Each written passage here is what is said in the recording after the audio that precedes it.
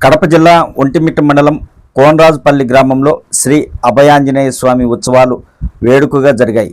గ్రామస్తుల ఆహ్వానం మేరకు అన్నమయ్య జిల్లా అధ్యక్షుడు టీడీపీ నేత చెమర్తి జగన్మోహన్ రాజు పాల్గొన్నారు.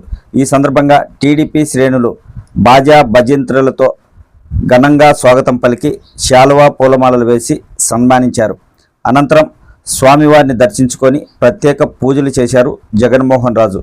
ఉత్సవాల నేపథ్యంలో ఏర్పాటు చేసిన బండలాగుడు పోటీలను జగన్మోహన్ రాజు ప్రారంభించారు.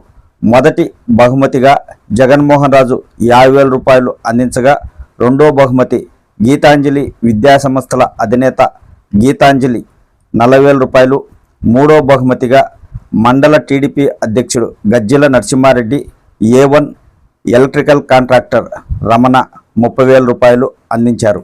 ఈ కార్యక్రమంలో టీడీపీ ప్రధాన కార్యదర్శి బొబ్బిలి రాయుడు, నందలూరు క్లస్టర్ ఇన్ఛార్జి పసుపులేటి ప్రవీణ్ కుమార్, రమణ, బాలిపోగు సుబ్బయ్య, మాజీ సర్పంచ్ భాష, యువ నాయకుడు ముద్దు కృష్ణారెడ్డితో పాటు పలువురు టీడీపీ నాయకులు పాల్గొన్నారు.